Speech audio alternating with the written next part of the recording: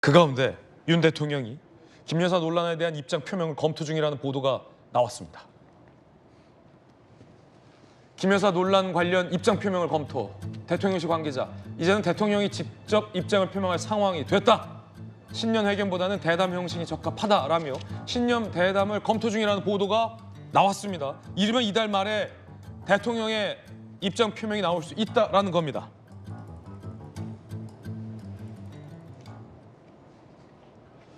그리고 보도에 따르면 김건희 여사가 당이 결정한다면 사과할 의사가 있다라는 사과 의사도 밝힌 것으로 보도가 되고 있습니다.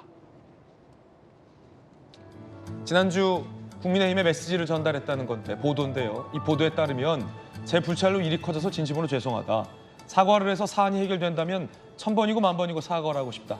하지만 진정성 논란에 책임론 이슈 커질 가능성이 우려된다. 당 차원에서 결정하면 따르겠다. 라는 내용도 보도되고 있습니다.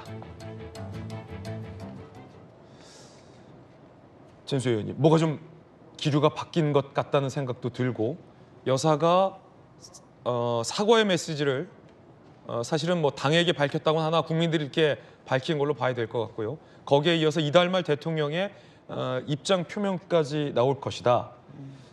인재 영입된 이수준 교수가 그랬잖아요. 이건 빨리 입장을 표명하고 사과하면 넘어갈 수 있는 일이다. 뭔가 대통령실의 입장 변화, 기류 변화가 있는 건 아니냐. 어떻게 보십니까? 이제 제가 늘 당에 대해서 좀 답답하게 생각하는 부분이, 그러니까 문제가 발생했을 때 즉각 뭐 사과할 거 사과하고 해명할 거 해명하고 이렇게 하면 참 좋았을 텐데 늘 보면 이거를 키워요, 문제를. 그래서 호미로 막을 거를 나중에는 가래로도 막기가 힘든 상황을 자꾸만, 저 이태원 특별법도 마찬가지인데 그런 상황을 자꾸 만드는 거에 대해서 굉장히 유감인데요. 물론 이제 김건희 여사 입장에서는 그동안 하여튼 좌불안석이셨을 것 같기는 해요. 대중에게 나타나기도 힘든 입장이고. 그런데 저 당 쪽에 보냈다는 그 아까 그 화면에 나온 네. 3가지 정도 그 메시지 중에 저는 당에서는 그 마지막 그 문장에 되게 부담을 많이 느꼈을 것 같아요. 앞부분의 2문장은 그냥 이제 참 죄송하다 뭐 이런 거였는데 마지막 부분은 그 사과를 한 이후에도 이 문제가 더 커질 것에 대한 이제 우려를 표시한 거잖아요. 그런데 저게 당 쪽으로 전해질 때 당에 계신 의원님들은 저 3번째 문장에 굉장히 더 신경을 쓰실 거란 말이죠, 다들. 그러다 보니 사과를 하십시오라는 말을 하기가 굉장히 어려운 이런 상황인데 아마 걱정하시는 건 이런 것 같아요. 일단 사과를 하면 한 대로 이거 인정한 거 아니냐라고 하면서 특히 이제 민주당 쪽에서 뭐 이거 저거 다른 거 여러 가지를 또 들고 나올 거기 때문에 오히려 사과가 더 큰 그 후폭풍을 불러올 거 아니냐라는 걱정을 하고 계신 것 같은데 제 생각에는 그렇다고 그 후폭풍이 두려워서 아무런 입장 표명도 안 하고 그냥 계신다? 그러면 그로 인해서 오게 되는 이 총선의 그 타격이라든지 이런 거는 또 어떻게 감당을 할 겁니까? 그래서 저는 입장 표명을 하셔야 된다고 저는 보고요. 하시면서 뭐 지금은 이제 대통령께서 하신다니까 어쨌든 이 사안에 관해서는 뭐 몰카 공작, 그 함정 취재 이런 이야기는 되도록 하지 마시고 그냥 결과만 놓고 어쨌든 잘못됐고 국민들한테 죄송하다는 이 마음만 진정성 있게 담아서 그 말씀을 하시면 저는 우리 국민들이 언제든지 작은 일에도 감동할 준비가 되어 있으신 분들이기 때문에 여론은 또 굉장히 달라질 수가 있어요. 그러니까 민주당에서 계속 이걸 키우려고 하는 그 기류하고는 또 달리 국민 전체적인 여론이 어떻게 그 반응할지 모르기 때문에 일단 그렇게 하시는 게 좋다. 근데 이제 조건은 최대한의 진정성을 담아서 다른 변명성 이야기는 하지 마시고 그렇게라도 이거는 하고 매듭을 짓고 가는 게 당 전체가 총선에 좀 부담 없이 임할 수 있게 하는 길이고 그래서 총선 결과가 좋으면 그거야말로 정말 그 윤 대통령이 앞으로 총선 이후에 국정 운영을 해 나가시는 데 있어서 큰 힘을 받을 수 있는 길이기 때문에 그렇게 하셨으면 좋겠다는 말씀을 드립니다. 대통령실에서 입장을 표명할 것이라는 기류가 나타나고 김건희 여사의 이 사과의 메시지도 보도가 되고 윤 대통령과 한동훈 비대위원장의 갈등 이후 봉합 국면까지 나타나자 이재명 대표가 김 여사 논란에 대해서 강하게 메시지를 냈습니다. 뇌물을 받았으면 수사를 받아야 한다. 저게 뇌물이라는 이재명 대표의 공세입니다. 그러면서 윤 대통령과 한동훈 비대위원장의 만남에 대해서 정치 쇼다라고 강하게 비판했습니다. 들어보시죠. 어제 서천시장의 그 장면은 참으로 인상적이었습니다. 절규하는 피해 국민들 앞에서 그걸 배경으로 일종의 정치 쇼를 한 점에 대해서는 아무리 변명해도 변명이 되지 않을 것입니다. 국민의 눈높이는 사과로 끝내는 봉합쇼 정도가 아닙니다. 뇌물을 받았으면 수사를 받는 것이 맞습니다. 범죄를 저질렀으면 수사를 받고 상응하는 처벌을 받아야 됩니다. 민주당에서 그간 나왔던 비판보다 오히려 더 강도 높은 비판을 이 대표가 밝힌 겁니다. 포문을 연 건데 뇌물이다. 뇌물 받았으면 수사받아라. 라는 강한 메시지인데요. 김유정 의원님, 사실 지금까지 어떤 법조계에서의 논란은 그 명품백을 즉각 반환하지 않은 것에 대해서 어떤 부적절함은 제기될 수 있지만 이게 과연 그 김영란법으로도 처벌받을 수 있는 대상은 아닐 것이다라는 얘기도 나왔는데 이 대표는 이 논란을 좀 뛰어넘는 비판을 했어요. 저건 뇌물이니까 뇌물을 받았으니 수사를 받아야 한다. 그러니까 대통령실에서 유감 표명하고 입장을 사과하더라도 야당에서는 계속 이걸 뇌물죄로 엮어서 비판을 할 거다라는 뜻으로도 해석이 되는데 어떻게 보십니까? 이제 그런 부분이 사과해도 더 계속 공세를 할 거 아니냐라는 이제 국민의힘과 그 대통령실의 이제 우려가 묻어나는 부분하고 일치한다고 생각하는데요. 저는 이제 이 상황을 보면서 이게 2022년 9월에 동영상이 이제 찍힌 거죠, 소위. 그런데 2023년 11월에 공개가 됐어요. 그런데 이제 공개가 되고 나서 왜 초기 리스크 관리를 이렇게 못할까라는 생각을 저는 했거든요.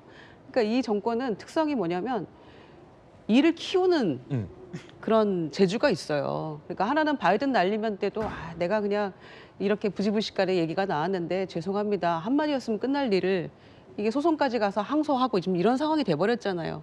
오랜 세월이 지났는데 국민들이 다시 이제 그 기억을 상기시키는 상황이 돼버렸어요. 이것도 마찬가지입니다. 2023년 11월에 공개가 됐으면 그때 당시에 뭐라고 얘기해서 대통령실에서 이거 유튜브까지 일일이 대응하지 않는다 이렇게 했어요. 그게 아니잖아요. 이게 지금 굉장히 시각적으로 국민들이 이걸 다 바라봤는데 이걸 이렇게 소위 퉁치고 지나가 이런 이제 분노가 있는 거죠. 그거를 완곡하게 한동훈 위원장은 국민의 걱정, 국민의 눈높이 완곡하게 표현했어요. 그런데 걱정입니까 이게? 민심이 들끓고 있는 상황이잖아요. 그런데 이거를 이런 식으로 봉합하려고 했다는 게 왜 이랬을까 싶은 생각이 들고요.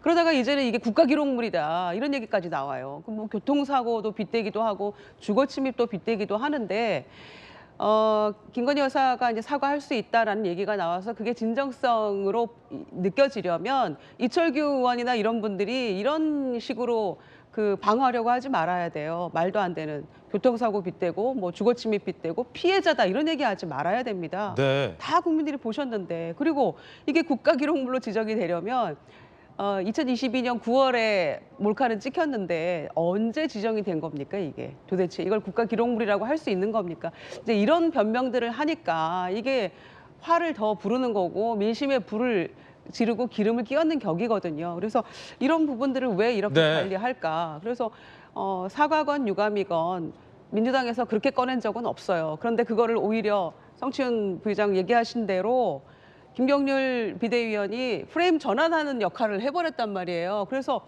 사실은 사과로 끝날 일이 아닌데 그조차도 사과를 하냐마냐로 지금 이렇게 돼버려서 좀 황당하죠, 이거는. 김유정 의원도 이 대표가 말했던 것처럼 이건 뇌물에 해당한다고 보십니까?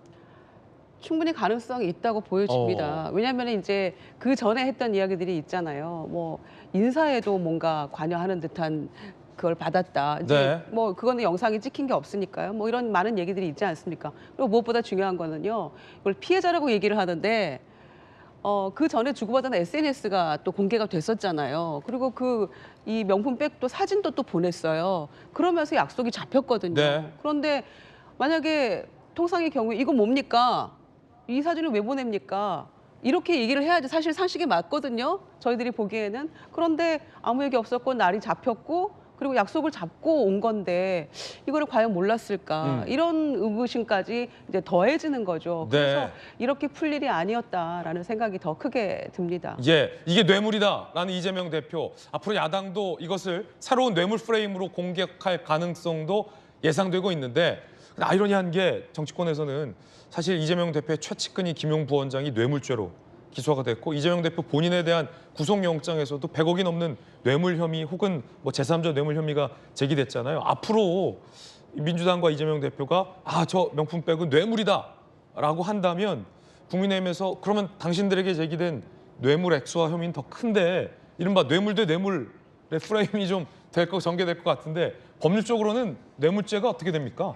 직무 관련성이 있어야 되는데요. 일단 이 사안은 직무 관련성이 뭐가 있는지 잘 모르겠어요. 대통령 부인이 공무원인 것도 아니고 공직자가 아니기 때문에 게다가 직무 관련성은 뭐 더더욱 의문이고 그래서 저는 어떤 형태로도 이게 뇌물죄가 성립한다고는 전혀 보이지 않고요. 우리가 이제 정치적으로 어떠한 그 공격의 목적으로 여러 가지 뭐 선동성 멘트를 하는 경우도 많이 있지만 그 좀 선을 가려서 해야죠. 그리고 물론 저는 이재명 대표가 말씀하신 것 중에 공감하는 부분도 있습니다. 범죄를 저지른 사람은 그에 상응한 처벌을 받아야죠.